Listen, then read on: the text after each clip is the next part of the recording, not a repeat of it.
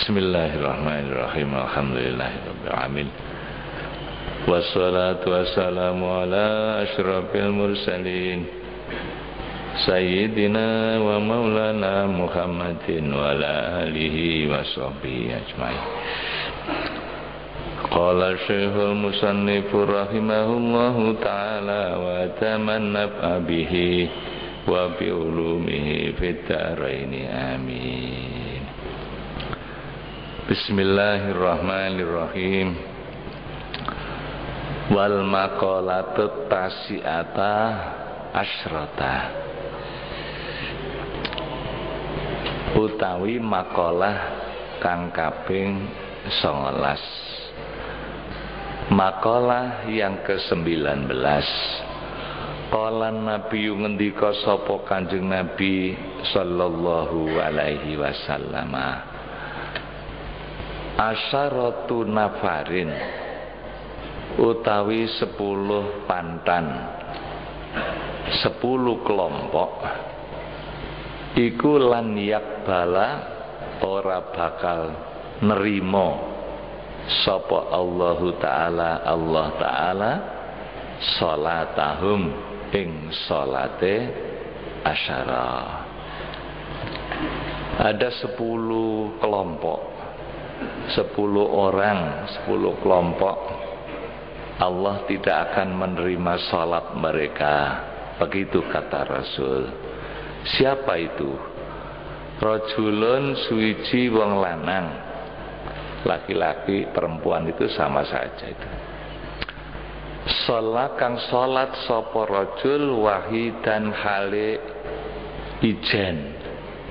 Orang yang salat sendiri, tidak berjamaah, aimun faridan tegese ijen, bi ghairi qiraatin, ora kelawan maca. Salat sendiri tidak membaca apa-apa. Ya, terutama yang wajib itu kan suratul Fatihah. Surat Fatihah itu termasuk rukun salat. Ya, mazhab Syafi'i yang kita ikuti, ya, setiap rakaat itu wajib membaca surat Al-Fatihah. Namanya rukun qauli, rukun salat yang wajib diucapkan. Di samping Allahu Akbar, takbiratul ihram, kemudian suratul Fatihah, kemudian tahiyat akhir, ya, at-tahiyatul mubarakatus shalawatut thayyibatul lillah, ya, kemudian sampai salam. Itu kan namanya bacaan-bacaan yang wajib ditunaikan bagi orang yang salat, ya. Nah, ini ada orang salat sendirian, tidak makmum, kemudian tidak baca apa-apa, tidak baca Fatihah atau yang lain, maka salatnya tidak akan diterima oleh Allah. Ini tentunya merupakan satu dasar hukum, itu ya, dasar hukum.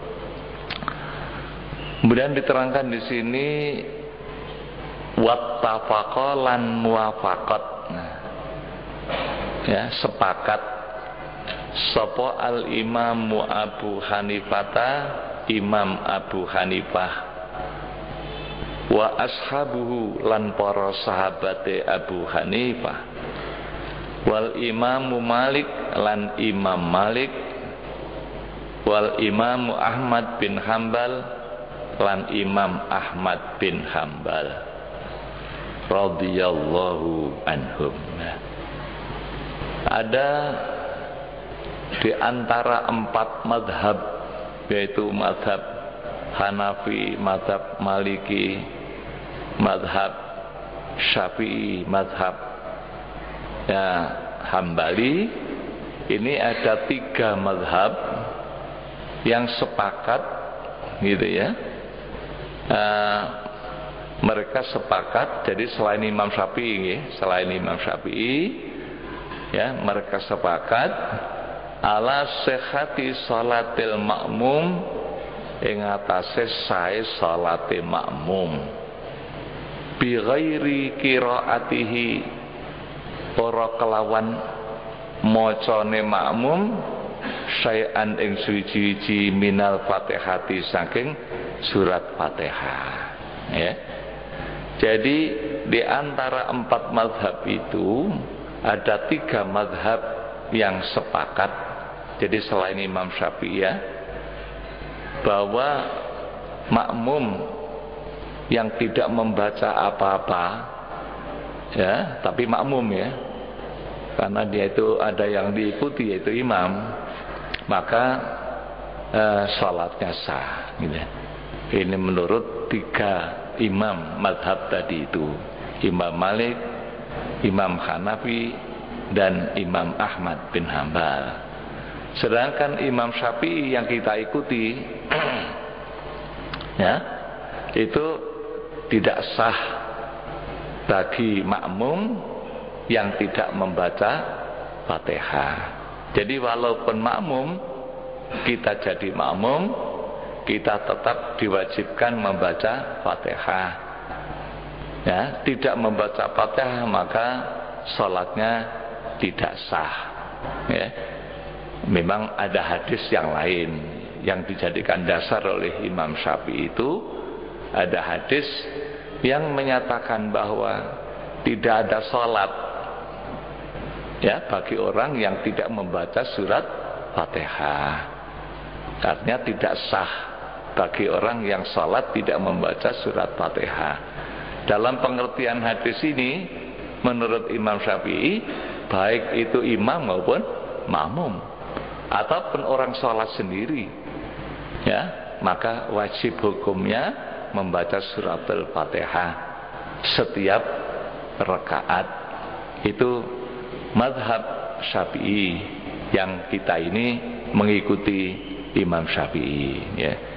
Jadi ketika imam selesai membaca Fatihah kemudian amin, kita bersama-sama juga membaca amin, maka setelah selesai amin itu imam disunatkan berhenti sebentar sambil menunggu makmum membaca Fatihah.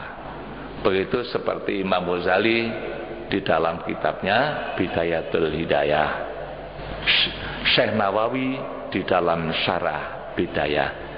Jadi setelah selesai kita mendengarkan imam membaca surat Al-Fatihah, kemudian aminnya juga kita disunatkan amin bersama-sama imam ya, yang mana aminnya imam itu bersama dengan aminnya malaikat kan itu ya. Jadi malaikat-malaikat juga ikut amin, aminnya malaikat itu bersama aminnya imam. Maka kita disunatkan amin bersama imam. Maka ghairil maghdubi alaihim waladdallin, berhenti sebentar, amin, itu bersama. Jadi jangan mendahului ya, atau jangan ketinggalan, bersama-sama aminnya imam. Itu para malaikat juga amin bersama-sama imam itu. Nah setelah amin ini imam disunatkan berhenti sebentar sambil memberikan kesempatan makmum membaca surat Fatihah gitu ya. Makmum yang tidak membaca Fatihah menurut mazhab Syafi'i yang kita ikuti itu salatnya tidak sah. Nah, sedangkan 3 orang imam ini, imam mazhab ya, Imam Abu Hanifah, Imam Malik, Imam Ahmad sepakat bahwa hukumnya sah salatnya makmum yang tidak membaca apapun dari surat Al-Fatihah. Jadi kalau tidak baca apa-apa itu ya apa ya, pekerjaannya hanya mendengarkan imam gitu ya, hanya mendengarkan imam. Imam baca Fatihah dia tidak ikut baca, imam baca surat dia tidak ikut baca, hanya mendengarkan saja. Mungkin pendapat 3 imam ini juga didukung oleh sebuah ayat, wa idza quri'al Qur'an fastami'u lahu wa ansitu lahu. Ya, apabila Al-Qur'an itu dibaca, dengarkan. Jadi ketika Al-Qur'an dibaca, kita diperintah untuk mendengarkan, tidak baca apa-apa ya. Itu diantara dasar daripada tiga imam ini. Namun Imam Syafi'i nampaknya lebih berhati-hati ya di dalam masalah ini, maka makmum diwajibkan tetap membaca surat Fatihah, gitu ya. Orang yang sholat sendirian, munfarid, tapi tidak membaca apa-apa, kata Rasulullah, sholatnya tidak akan diterima oleh Allah. Nah, berdasarkan hadis ini juga mafhum mukhalafahnya, kalau orang itu makmum bukan sholat sendiri ya, kalau dia itu makmum tidak sholat sendiri, kemudian dia itu tidak membaca apa-apa, hukumnya sah menurut tiga ulama besar imam madhab tadi itu, okay? Itu yang pertama. Wa rajulun lan wong lanang.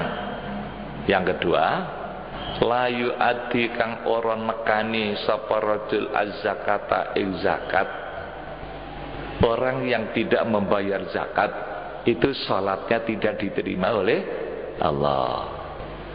Walaupun salatnya khusyuk, salatnya bagus, gak bayar zakat. Kata Rasul, salatnya tidak diterima.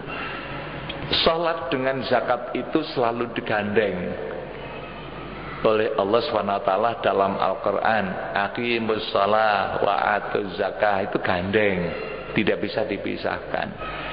Kata para ulama, artinya orang yang sholat tapi tidak bayar zakat, itu sholatnya tidak diterima. Atau juga ada orang bayar zakat, gak sholat, zakatnya tidak diterima. Karena manusia ini diperintah supaya berbuat baik, baik kepada Allah, namanya hablum minallah, juga baik kepada manusia, hablun minannas. Tidak cukup orang itu hanya baik kepada Allah tapi tidak baik kepada manusia. Allah tidak mau, Allah tidak suka. Jadi kita harus baik kedua-duanya, gitu ya. Memang di dunia ini kan macam-macam ya. Ada orang yang baik pada Allah baik, tapi pada manusia tidak baik, suka bertengkar, membunuh orang dan sebagainya, itu adu domba ya, ngapusi orang, korupsi ya, itu namanya kan juga namanya tidak baik pada manusia, walaupun dia itu sholat ya, itu sholatnya tidak diterima oleh Allah SWT. Ada lagi yang dibalik, ada orang baik kepada orang ya, dia mengatakan yang penting orang itu kan baik pada orang, tidak pernah nyakiti orang ya, dia itu selalu berbudi mulia, yang penting kan begitu ya, tapi dia tidak sholat. Ini apik tok, apik sama orang tapi tidak apik pada Tuhan, tidak bisa ya. Jadi harus baik kepada Allah selaku Khalik yang menciptakan, dan juga kepada sesama manusia. Hablum minallah, hablum minannas. Maka orang yang tidak membayar zakat, salatnya tidak akan diterima oleh Allah.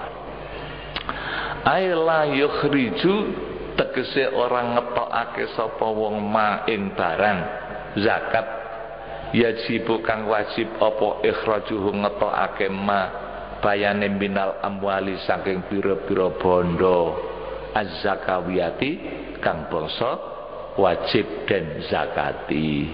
Dia punya harta itu wajib dikeluarkan zakatnya, kok tidak dikeluarkan zakatnya? Dia sama dengan mengambil haknya orang miskin. Jadi di antara sekian banyak harta yang dimiliki itu, ada harta yang bukan miliknya, yaitu miliknya fakir miskin.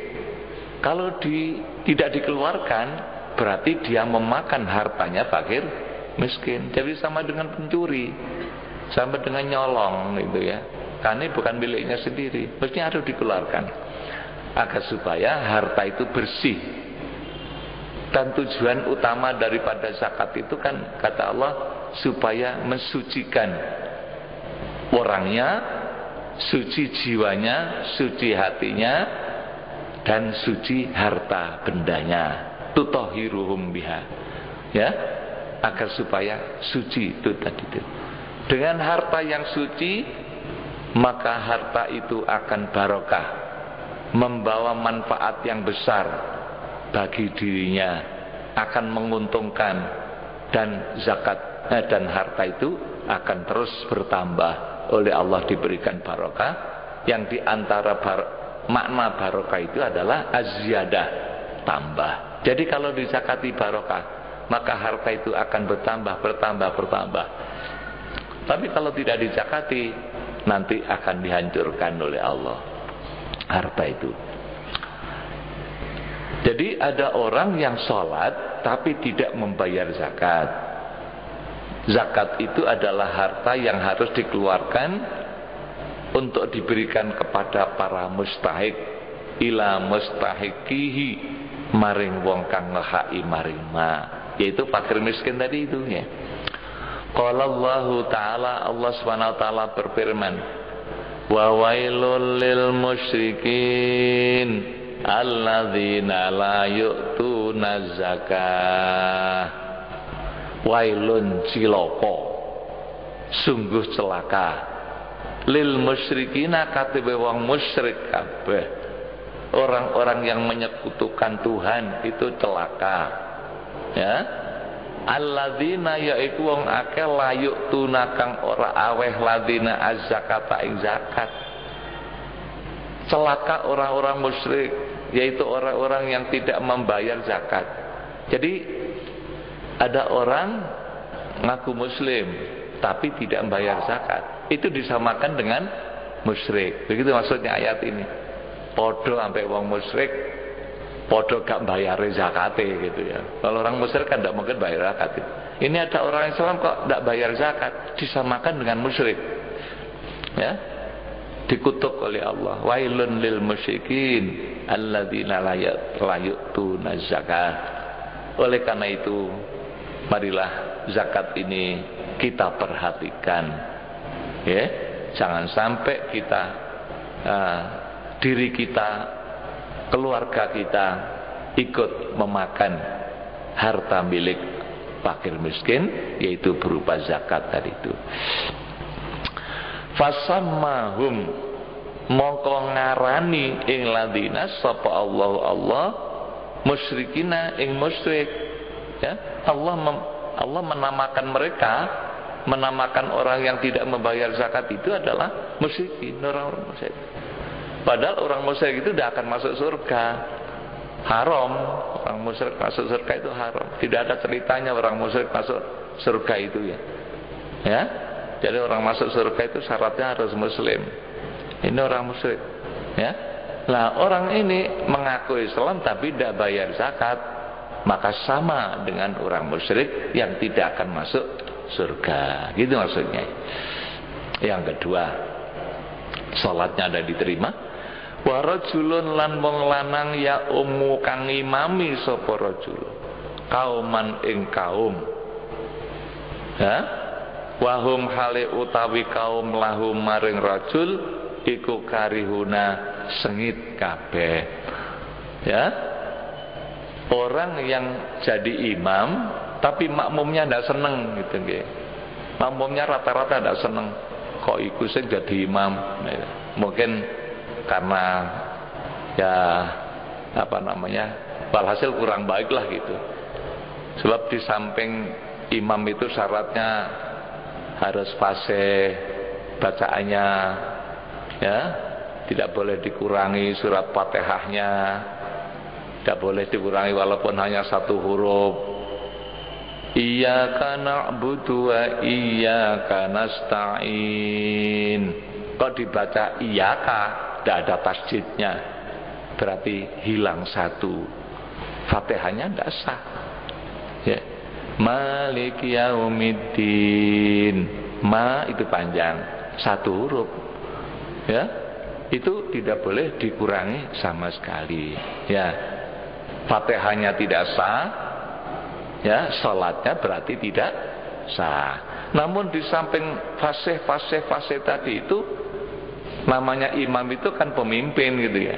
Pemimpin itu harus disenangi oleh yang dipimpin. Jadi orang yang dipimpin itu senang, ya, mendukung bahwa bapak ini adalah orang yang dihormati, ya, menjadi imam. Itu memang salah satu syarat daripada sholatnya itu diterima oleh Allah. Nah, ini ada imam, ya, dia itu jadi imam tapi tidak disukai oleh masyarakat. Dia hanya ngotot aja, ngotot kepingin jadi imam. Ya. Kalau dia tidak jadi imam, tidak mau pergi ke masjid, ya, gitu, sholat sendiri aja. Kalau jadi imam mau, kalau tidak jadi imam tidak mau. Ya, ini sifat-sifat yang tidak baik, yang perlu dirubah. Ya, jadi imam itu belum tentu diterima oleh Allah SWT. Kenapa kok rebutan jadi imam? Gitu kan? Jadi makmum yang penting diterima bego sih Allah itu ya. Belum tentu jadi imam. Belum lagi imam itu tanggung jawabnya besar. Ya, tanggung jawabnya besar. Namanya imam. Maka ada orang jadi imam, tapi makmumnya tidak suka, gitu. Maka sholatnya tidak akan diterima oleh Allah. Ya sudahlah, panjenengan kemawon, kula dadi makmum mawon, kan lebih baik itu. Ya, insya Allah orang banyak juga suka sama dia. Tapi kalau ada orang yang ngotot jadi imam padahal bacaannya masih tidak benar, ya dah, ilmunya juga masih tidak di situ, ada orang yang lebih alim gitu ya, maka lebih baik dia itu ngalah, ya. Yang penting mudah-mudahan ibadahnya diterima oleh Allah. Loh, kalau jadi imam tapi tidak diterima, lebih-lebih kalau tidak sah. Kalau tidak sah imamnya, makmumnya tidak sah semua, ini kan bagaimana nanti gitu ya. Jadi orang yang jadi imam tapi makmumnya tidak suka, sholatnya tidak diterima. Qala dawuh sapa Kanjeng Nabi alaihi salatu wassalam, salah satun utawi wong telu, ada 3 orang iku latu jawizu, orang ngliwati apa salatuhum, salate wong telu, salata orang ngliwati adzanahum ing pira-pira kupinge salah satun, ya. Ada 3 orang yang sholatnya itu tidak akan melewati telinganya. Artinya tidak melewati telinganya itu bagaimana? Tidak diterima. Belum sampai lewat telinga sudah ditolak gitu. Artinya begitu ya. Belum sampai lewat dari telinga sudah ditolak. Ya, jadi tidak sampai melewati telinga itu tidak diterima oleh Allah. 3 orang ini. Siapa saja?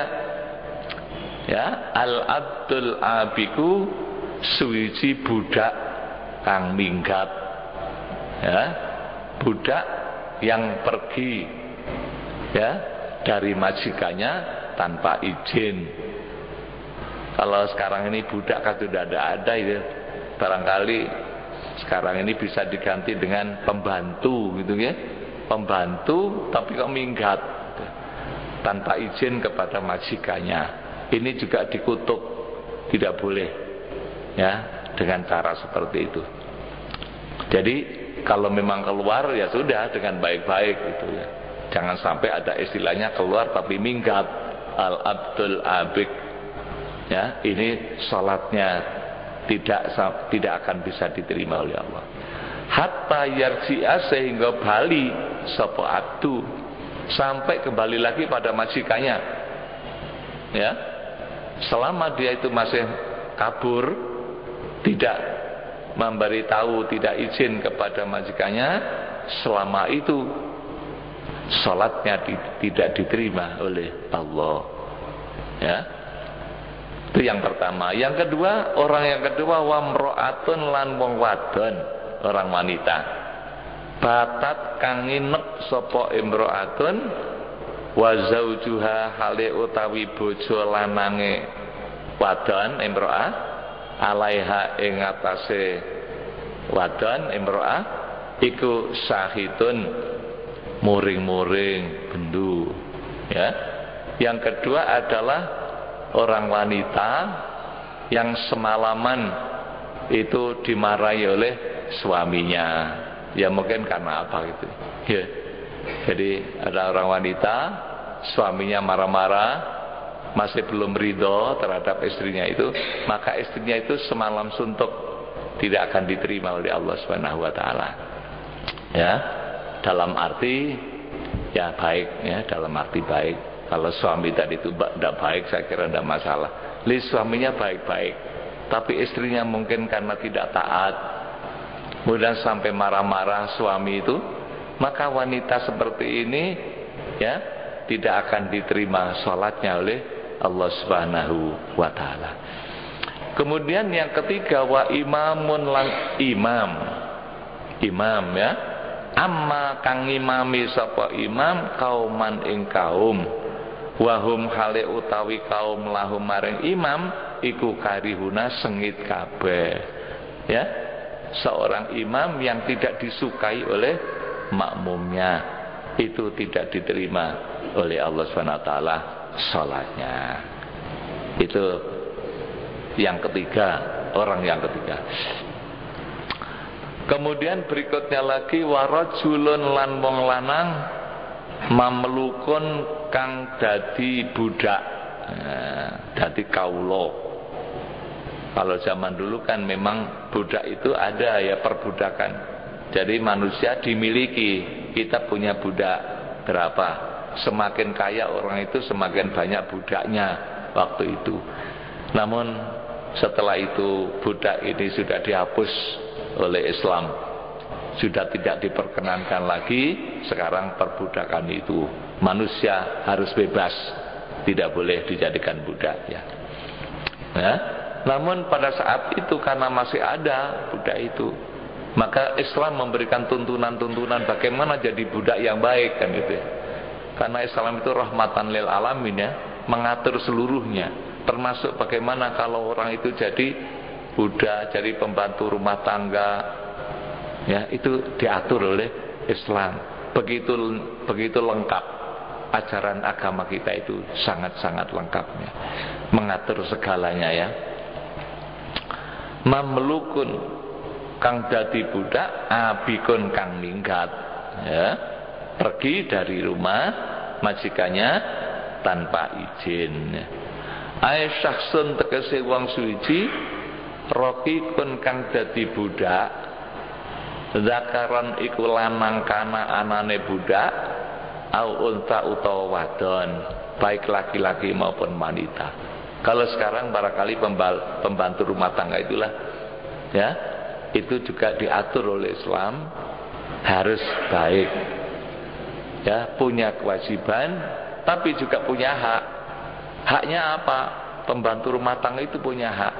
Haknya adalah kewajiban majikan ya, untuk mencukupi kebutuhannya ya, memberi makan minumnya harus dicukupi, jangan sampai dikurangi haknya.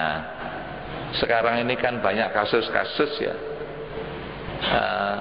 TKI atau TKW yang kabarnya itu tidak dibayar oleh majikannya ya, ya di mana saja itu, apa di Malaysia atau di Timur Tengah itu hal-hal semacam itu tidak dibenarkan oleh Islam.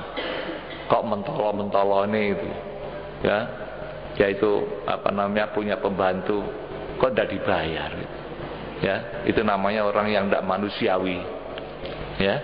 Jadi wajib, dari apa yang menjadi hak mereka itu harus dipenuhi. Termasuk juga masalah pendidikan. Majikan itu harus memperhatikan pendidikannya, bagaimana sholatnya Ini adalah tanggung jawab juga majikan itu. Kita punya pembantu rumah tangga, maka pembantu kita itu kewajiban kita untuk mengajak ibadah, ayo sholato, ngajiyo. Jangan hanya dipaksa untuk bekerja saja. Tidak boleh ya. Itu tanggung jawab kita ya. Maka budak itu punya kewajiban taat kepada majikannya, tapi majikan juga punya kewajiban memperhatikan ibadahnya gitu. Syasun rokikun wa unsa haribun kang melayu an sayyidihi saking gustine syasun. Jadi budak atau pembantu rumah tangga yang lari dari majikannya ya tidak akan diterima oleh Allah Subhanahu wa taala ibadahnya.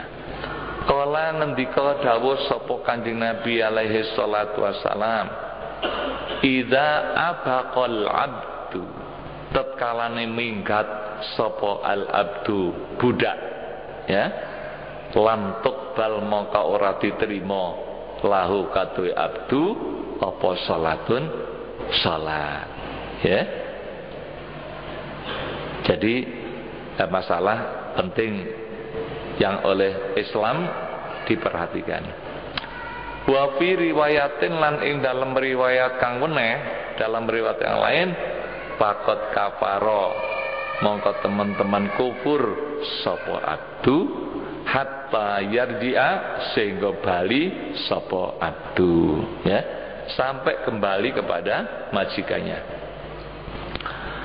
Kemudian berikutnya lagi orang yang tidak diterima salatnya, warajulun lan wong lanang syaribul khamri kang ngombe khamr, orang yang minum mabuk ya, minum minuman keras, mudminun kang ngelanggengaken, itu artinya terus menerus ndak tobat-tobat, mabuk aja ya, karena sudah terbiasa mabuk dia terus menerus mabuk, itu namanya mudminun. Orang yang terus menerus seperti itu tidak berhenti, salatnya tidak akan diterima oleh Allah. Kalau sudah tidak diterima oleh Allah, salatnya kemana? Ya ke neraka. Berarti dia tidak punya amal apa-apa. Oh, salatnya tidak diterima, ke neraka. Bahkan orang yang suka mabuk, minum minuman keras itu nanti minumannya di neraka, minum di sungai ya, namanya Nahrul Khobal. Kata Rasulullah, di neraka itu ada sungai namanya Nahrul Khobal. Para sahabat bertanya, apa itu Nahrul Khobal ya Rasul? Sungai yang mengalir nanah dan darah gitu. Nanah dan darahnya penghuni neraka, saking banyaknya itu mengalir ke sungai. Itu yang diminum, yang diminum oleh orang yang suka mabuk, syaribul khamr. Maka jangan sampai perbuatan ini dilakukan oleh orang yang menamakan dirinya muslim. Kalau orang kafir sih orang kafir, silakan aja, orang kafir. Tapi muslim jangan sampai seperti itu ya. Syaribul khamri mudminun. Qala dawuh sapa Kanjeng Nabi alaihi salatu wassalam, istanibu ngedohono sira kabeh al khamra ing khamr. Jauhilah minum minuman keras itu. Fa innaha krana setune khamr iku ummul khaba'ith, dadi asale pokoke piro-piro penggawe Allah, induk segala kejahatan. Jadi mabuk itu, minum minuman keras itu induk daripada segala kejahatan ya. Berzina itu juga karena mabuk, membunuh orang karena mabuk ya. Ada orang disuruh memilih antara 3 hal: membunuh orang ya, berzina, mabuk. suruh milih. Pas harus milih. Kemudian dia itu pikir-pikir, saya kalau milih berzina, zina itu begitu besar dosanya, ya, merupakan perbuatan yang paling keji di dunia itu adalah perzinaan. Tidak, saya tidak akan milih zina. Membunuh orang juga perbuatan yang sangat besar dosanya. Barang siapa yang membunuh orang dengan sengaja, membunuh orang mukmin dengan sengaja, maka tempatnya adalah di neraka jahanam. Dalam Al-Quran gitu ya, man qatala mu'minan muta'ammidan fajatuhu jahannam, akan masuk neraka jahanam. Saya tidak berani membunuh. Kemudian yang ketiga, minum keras, minuman keras. Dia pikir-pikir, minuman keras ini juga dosa, tapi tidak seperti berzina dan membunuh orang, katanya begitu. Kemudian akhirnya dia milih minum. Nah setelah minum, kemudian dia tidak sadar, mabuk. Setelah mabuk, dia berzina. Nah, ya, dengan wanita, dia berzina. Setelah berbuat zina, wanita itu dibunuh. Jadi 3 pekerjaan ini sekaligus dilakukan. Jadi maka Rasulullah menyatakan bahwa mabuk itu adalah ummul khaba'ith. Kalau pemerintah ingin supaya kejahatan-kejahatan itu dihapus, ini sumbernya ini harus dihapus dulu. Tanpa menghapus mabuk-mabuk sulit ya, yang lain, karena merupakan induk daripada kejahatan. Itu sabda Rasulullah Sallallahu Alaihi Wasallam. Begitulah Bapak Ibu tambahan pengajian kita pada malam hari ini. Mudah-mudahan ada manfaatnya, maslahat bidin wa dunya wal akhirah. Allahumma sholli ala Muhammad. Maulaya sholli wa sallim daiman abada ala habibika khairil khalqi kullihim Muhammadun sayyidul kaunaini wa thaqalaini wal fariqaini min urbin wa min ajami maula ya sholli wa sallim daiman abada ala habibika khairil khalqi kullihim nabiyunal amirun nahi fala ahadun abar rafi qawlila minhu wala na'ami maula ya sholli wa sallim daiman abada ala habibika khairil khalqi kulli da'a ilallahi fal mustamsikuna bihi mustamsikuna bihab lin ghairi munfasimi maula ya sholli wa sallim daiman abada ala habibika khairil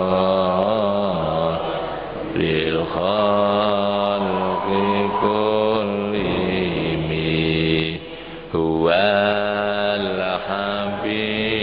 الذي ترجى شفاعته لكل هول من الأهوال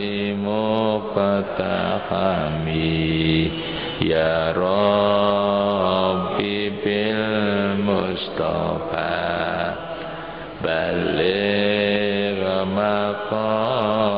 مقاصدنا واغفر لنا ما مضى يا واسع الكرم اللهم انفعنا بما علمتنا وعلمنا ما ينفعنا يا الله اللهم زدنا علما نافعا قلبا منورا وفهما صحيحا لسانا ناصحا واعتقادا يقينا اللهم اجعلنا عالما بعلمك وصالحا بعبادتك ربنا آتنا في الدنيا حسنة وفي الآخرة حسنة وقنا عذاب النار وصلى الله على سيدنا محمد وعلى آله وصحبه وسلم والحمد لله رب العالمين wassalamualaikum warahmatullahi wabarakatuh.